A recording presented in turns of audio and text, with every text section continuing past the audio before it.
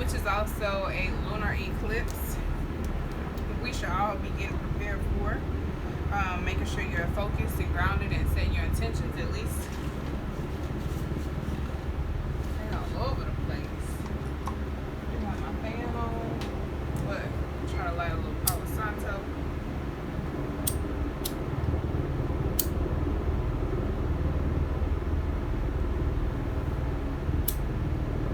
Yeah, the full moon is Scorpio.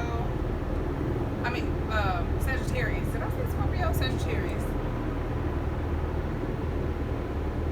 They're so distracting. And that's all this is a distraction. From keeping you from being on your best. On your best in general. Because it's a really powerful time for ascension and manifestation. But if you don't know that and you're distracted by everything that's going on, you're going to get caught up. Oh my goodness, I'm going to have to close this window.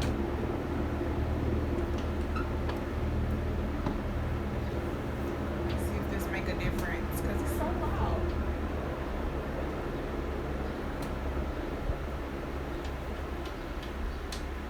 A little bit. Still have 2 windows open, but yeah, this is a very powerful time. Very auspicious time for manifesting. It's retrograde season. It's a perfect time to reflect, go within. But you can't do that if you're distracted by traumatizing events. You know what I'm saying? Like,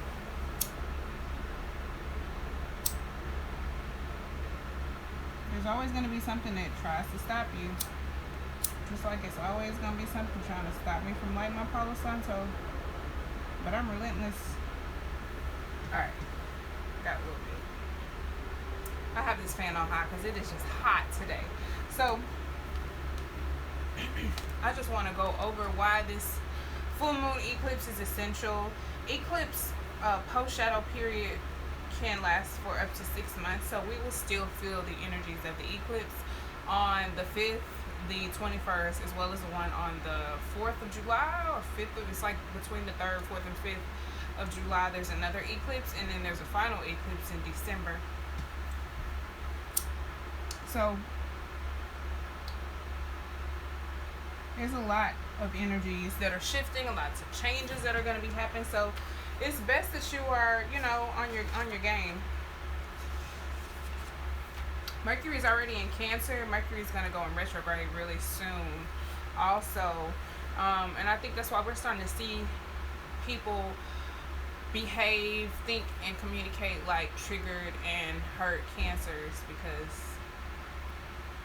that's just where the energy is. And if you aren't balanced and you're not working through your traumas or your pain or, you know, your hurt, you're going to act out. It's just, you know, it's just how it goes.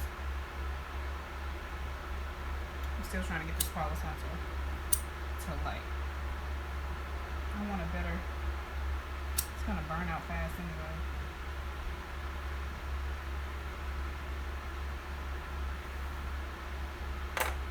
I don't understand how this fan is so powerful, but I don't feel that much air. Anyway.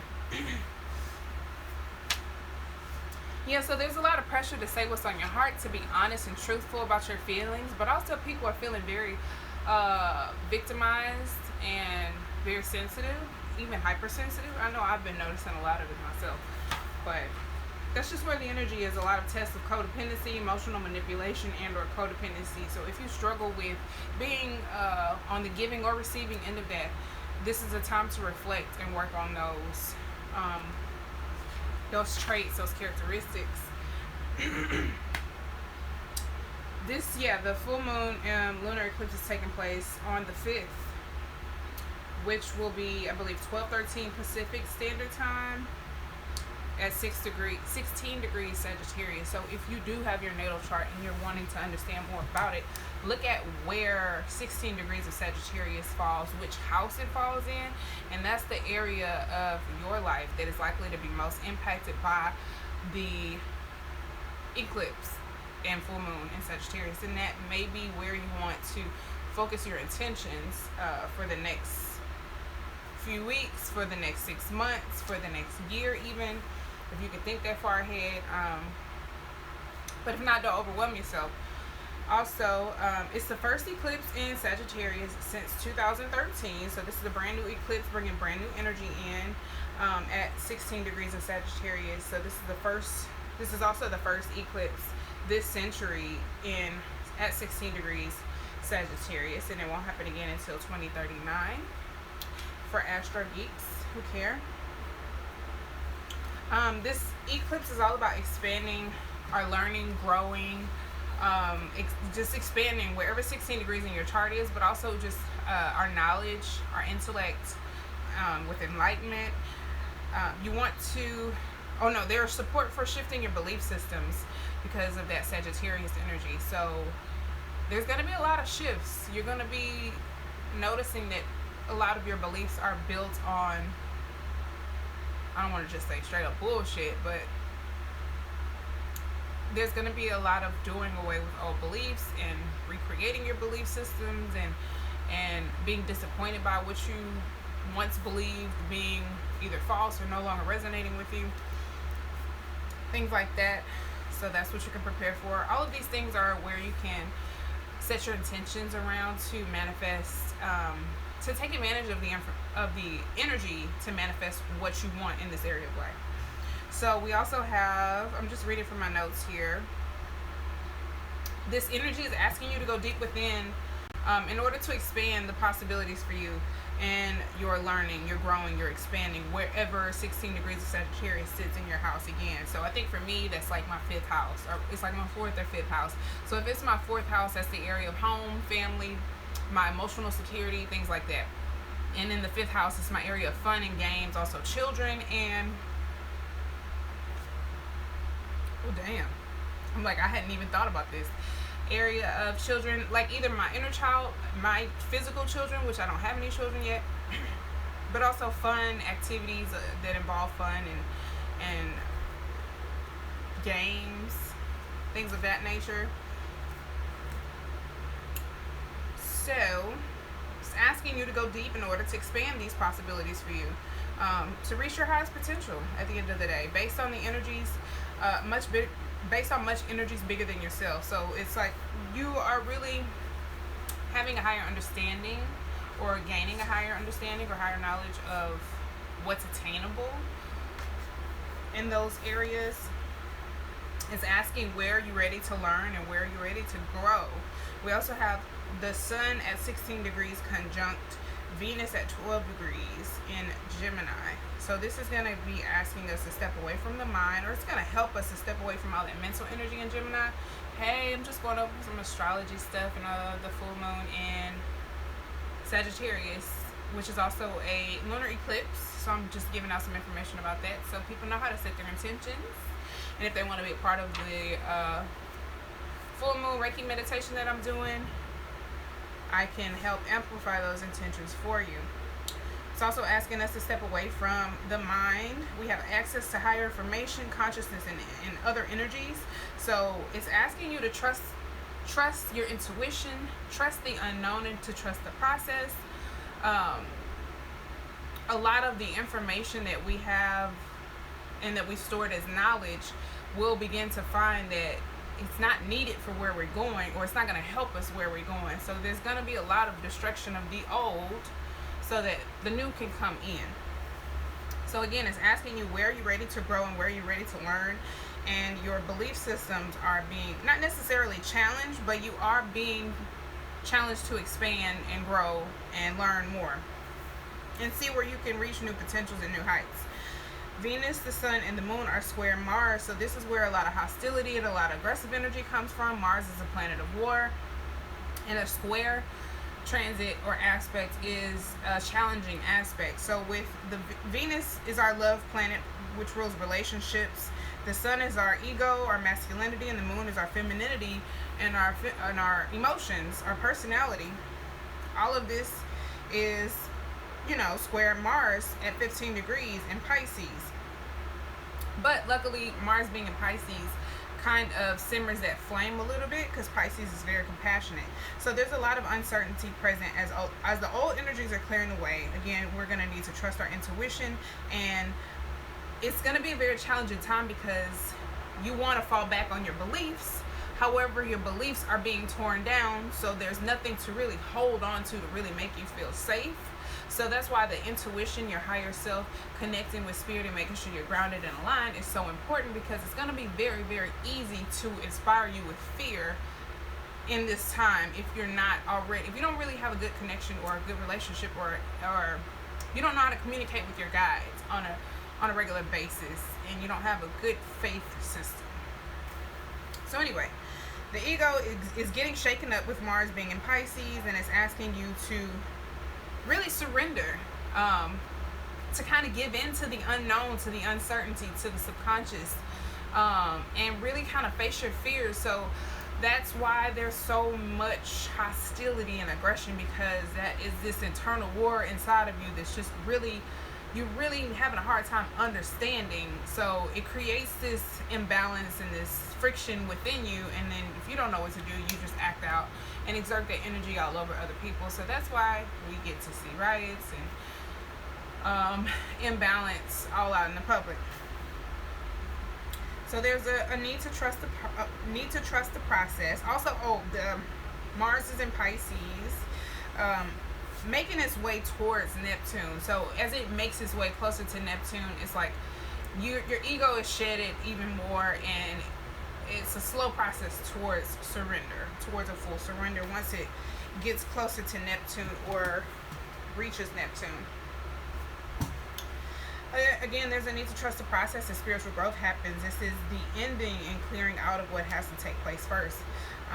So this part is very essential, it's very necessary. The new energies cannot come in if they're clogged up with the old stuff that is no longer needed. It's like trying to move your furniture, trying to move a brand new furniture or wardrobe in to a closet or a house that's already packed full of shit that you don't even wear or need or use anymore, or even fully understand how to apply. So it's like it's the need to kind of clear house and to make space for the new energies, which full moons are always about clearing, releasing, detoxing, letting go, and just releasing, letting go of things as the moon goes from full to, I don't want to say empty, this is not empty, but as the moon is full and begins its waning phases, that's the time, to let go, detox, release, etc.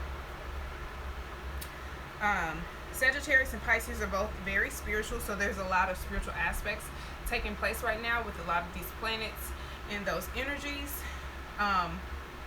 So it's also helping us again, because there's a lot of Gemini energy. There's that spiritual aspect is helping us to kind of get out of our minds and help us prevent from over-analyzing things or needing things to be logical 100%, and allowing us to fall on our intuition, our spirituality a little bit more, and helping us trust it. But it definitely moves away from the cerebral energy of Gemini. It's a trusting process. So that's why your belief systems are being triggered and challenged, because you are needing to trust that.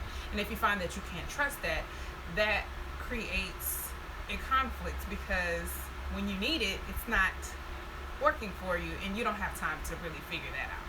Hi, how are you? So yeah, so definitely a trusting process. There's a need to have faith and really examine if your spiritual beliefs or your beliefs in general are adequate. If they fit your lifestyle, if they resonate with you, just really examine that. See what needs to stay, what needs to go, all of that. So there's a time to evaluate this. Alright, so there's a lot of changing taking place with Jupiter conjunct Pluto and Capricorn, and it's also going to be the strongest the last 10 days of June. So look for a lot of changes taking place at the end of June as well. And keep in mind, we have another eclipse. Oh, my day's going great. Thank you. I hope yours is too. So yeah, we got that eclipse on Friday the 5th. Then we have another one on the 21st. This one is a lunar. I believe the one on the 21st is a solar eclipse, and I believe the one on July 4th or 5th is another lunar eclipse. I could be wrong about that one, but we'll cross that bridge when we get to it. Again, lots of confusion and uncertainty, like things Oh, like if you were ever between jobs or in between homes, and you're just kind of like, things are a little up in the air, you're not really sure what's going to happen, but there's a need to have faith and to trust that the divine is in control, and set your intentions for what you want. And like, this is the time to develop new spiritual practices or manifestation habits, things of that nature. Focus on things that are uplifting and productive, but like one thing at a time. Don't overwhelm yourself or overload yourself, but it's a need to really focus on positive things, because like I said in the beginning, it is easy to put fear in your path to distract you and for you to really absorb it if there's already a lot of uncertainty and confusion. If you're not balanced, you're not taking really a good care of yourself, if you don't have a good self-care practice, then it's easy to throw you off and confuse you and distract you with fear. I hope you're talking about something else, but going off of Venus retrograde. Do you think a twin flame could come back during this time? I think it's possible. I think it's possible anytime Venus goes retrograde for old lovers or old friends in general to come back. But ultimately, it depends on your vibration and your frequency. If you're at the same vibration, same frequency, if that person is meant to be in your environment during this time of your life. Anything's possible. We always have free will, so that can change at any moment. But if you're at a higher frequency than your twin flame, then you probably don't want them to come back into your life unless they have grown or ascended and reached your frequency. Okay, so let's see. Yeah, so focus on uplifting, positive, joyful things. Beware of expectations.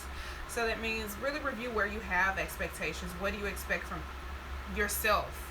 And try not to project that onto other people, like having too many expectations of what you expect the outcome to be. Because again, there's a lot of confusion and uncertainty right now. So you don't want to get too caught up on a particular outcome. And this can go for the twin flame situation too. Don't get too caught up on the outcome. And if that is something that is a fear of yours, like if you're afraid that your twin flame won't come back to you, that could be a fear that's being triggered right now, because Pluto is also retrograde.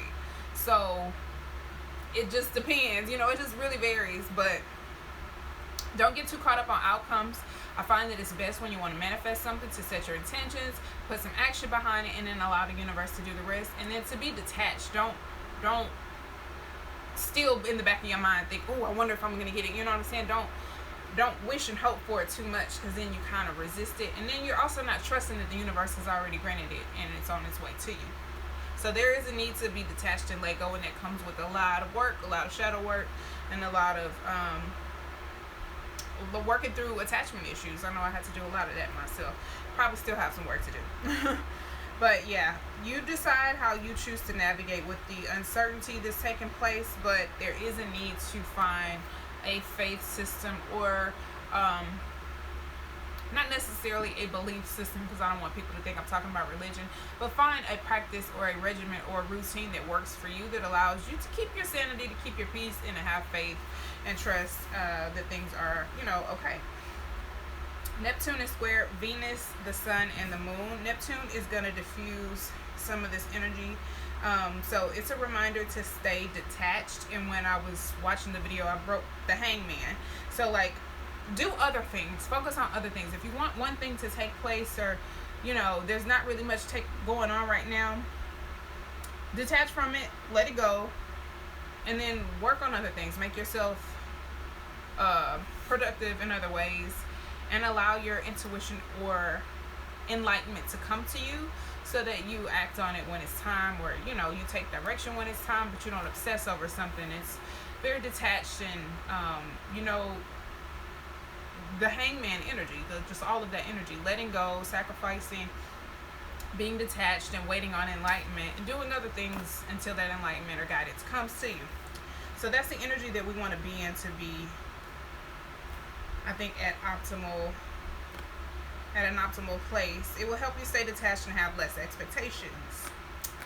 Looking at what you need to release. So there's a need to review, like I said, to where you need to clear inventory, where you need to clear space, what needs to go, if there's clothes that you don't wear, if there's trinkets and things that you don't use. Look at what you can donate, what you can give away, what you can throw away, what's just taking space in your life. Old clothes, old shoes, old things, old habit, old people, whatever. materialistic things, thoughts, belief systems, or patterns, things you tell yourself, practices, everything. Look at what needs to go. What is not serving you, or what it is that you want for your life, what isn't getting you there, and let it go. We're having revelations of how you've been using your energy, so it's a lot of time to reflect on relationships, your fears, where you want control, where you need control, where you feel the need to hold on for control, or where you feel like you don't have control, where you lack discipline, or you are over disciplined or restricted, because Saturn, Pluto, Jupiter are all retrograde, as well as Venus. So there's a lot of energies right now that are calling for us to really reflect and make adjustments where we need to. So you're looking at where you've been using your energies. Do your belief systems fit who you are or what you want to do next with your life? And if you don't, if that doesn't resonate, it's time to let it go. And that could be really difficult for a lot of people to do. So you are aligning with the belief systems that match your path and where you're trying to go. Hopefully, if you do this right, you can. It's an auspicious time to do so. What is not for you is being removed from your path. Removal from what you were. So a lot of your old things that just, like I said, resonate with the old you, your past, that no longer serve you, or that are not helping you where you're going. I saw a post that said something about people felt like they were losing their memory, and specifically light workers. So if you feel like there's specific things that you don't remember about your past, your childhood, you don't need it anymore. It's not going to serve you. It's not going to help you where we're going, because where we're headed energetically is going to be so very different, so vastly different from where we've been and what we've been used to. So that conditioning has to be stripped away. We have Jupiter conjunct Pluto.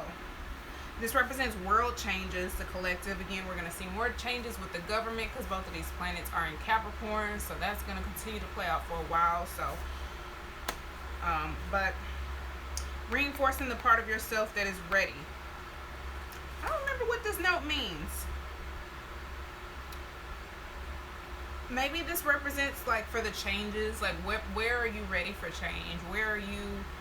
Where has change been long overdue? Because Jupiter is going to bring in expansion and growth.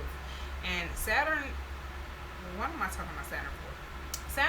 Saturn is at play here too, but Saturn can be restriction. So again, either you're on one end of the spectrum or the other. And it's all about trying to find balance. So there's a lot of expansion of change. Lots of big changes. Again, this is why people are referring to this time period as a great awakening, because we have Jupiter and Pluto conjunct. Jupiter is expansion and growth and good luck and fortune and wish fulfillment, and Pluto is changes and also destruction and growth. Rebirth, transformation, change. So big changes, big transformations, big growth, big destructions. You know what I'm saying? Things of that nature are taking place all over our lives. So look at where you're ready for that to take place, and you may want to set some intentions around that area of your life. Again, it can bring up a lot of fears, a lot of worries, anxiety, showing you where you either lack trust or where you can go a little deeper and do some shadow work.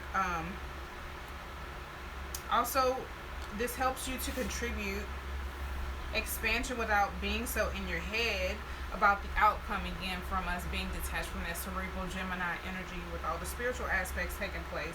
If you've been clinging to an outcome, it's gonna be shaken up. So again, like I was saying, if you're wishing and hoping and praying every day that somebody comes back to you, or that things are one particular way, and you're not even considering any other thing being acceptable, you're stuck and hell-bent on this outcome, it's going to be shaken up, it's going to be challenged, and it's kind of going to be pushed, your face is going to kind of be pushed into it, because there's a need to work through that, and it's just one of those hard lessons we have to go through. So that's why detachment is so important now and in general. So again, we are already in the pre-shadow period of Mercury retrograde with Mercury in Cancer.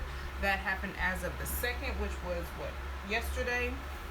So again, areas of communication where we may be needy, be codependent, where we have a victim mentality, where we feel emotionally scarred or betrayed or manipulated, things of emotional manipulation and codependency and tests around that. Lots of wounded inner child energy, and pressure to say what's on your heart and be truthful in your communication, and your thoughts is at play. And it's very, I don't want to say necessarily chaotic. It is kind of chaotic, but on a micro scale, it's individually it can be overwhelming, but it's very necessary, and it's very beautiful, because from this comes a lot of growth, comes a lot of ascension. If you handle these energies responsibly and you don't react emotionally, there's a lot that can come from this that is going to greatly benefit you for the energy that we're shifting into, this age of Aquarius 5D energy. It's going to be beautiful. So I hope that you decide to do the work necessary and set your intentions. Again, this is June 5th, this Friday. It is Friday, right? Yes, Friday here in the U.S. Again, check your chart for where you have 16 degrees Sagittarius. You could also check for where you have 16 degrees Gemini, as well as 15 degrees Pisces, for where that Mars energy and where that Sun conjunct Venus energy will be affecting you, which house that is, and then figure out what that house rules, and that's where your life may be mostly greatly impacted during this time of year. Hopefully that was kind of redundant, but whatever, you understand what I'm saying. But yeah, so 15 to 20 degrees Pisces, 16 degrees Sagittarius, and 16 degrees Gemini. You can also check 24 degrees Capricorn and 26 degree, wait, I think that's something different I wrote there. Yeah, 26 degrees 24 degrees Capricorn. See where those houses fall for you, and you can look at that to see what area of your life could be impacted. I got this information from I watched multiple sources, but most of my notes came from a video I watched by a chick on YouTube by the name of Molly McCord. I believe she's an astrologer, but I watch a lot of her information and get a lot of updates from her. I myself am doing a Reiki candle meditation ceremony.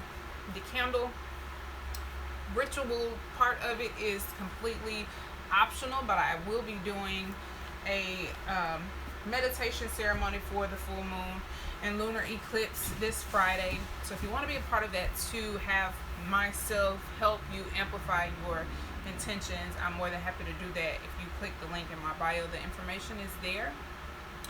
So I wanted to release this video first. I know I should have did it a long time ago, but for every new and full moon, I'll be doing those Reiki candle ceremony meditations. So if you want to be a part of it, it will always be available for you for every new and full moon, which is typically about every 2 weeks or so. So that information again is linked in my bio. I wanted to put this information out so people knew what the energy shifts would be, where to focus their energy, how to set their intentions, where to set their intentions, and things of that nature. A lot of the times when I pass on resources like, hey, go watch this person, hey, go watch that person, a lot of people won't do it. They just rather you simplify or summarize the energy and then hear from you. So I'll be doing more videos like these. Oh, I'm sorry, the video keeps pausing and unpausing. I hope it's not a connection issue. I am gonna save it. I'm gonna download the video after I log off, and I'm gonna upload it onto my Facebook page, so you can maybe watch it there. There's a link in my bio for my Facebook page as well. But yeah, I'm gonna go ahead and get off. I hope this information was helpful, and I hope it assists you with where to focus your energies and how to set your intentions. If you choose to do so, don't forget to make your moon water. You can use that for a bath, a spiritual bath, spell work, other things to amplify your own intentions on your own. Other things, Pinterest, Google, look it up, be creative. Set your crystals out, things of that nature during the full moon as well. So I hope this is helpful. I hope you are able to maintain your peace and your sanity during this crazy time. Yeah, and I hope you decide to be a part of the candle Reiki ceremony. I don't know why I can't say that. I hope you decide to be a part of the meditation ceremony. If not, again, it's going to be available for the new moon and full moon in the future. So, thanks for watching. I hope this was informative. Until next time, peace, love, and light. Bye.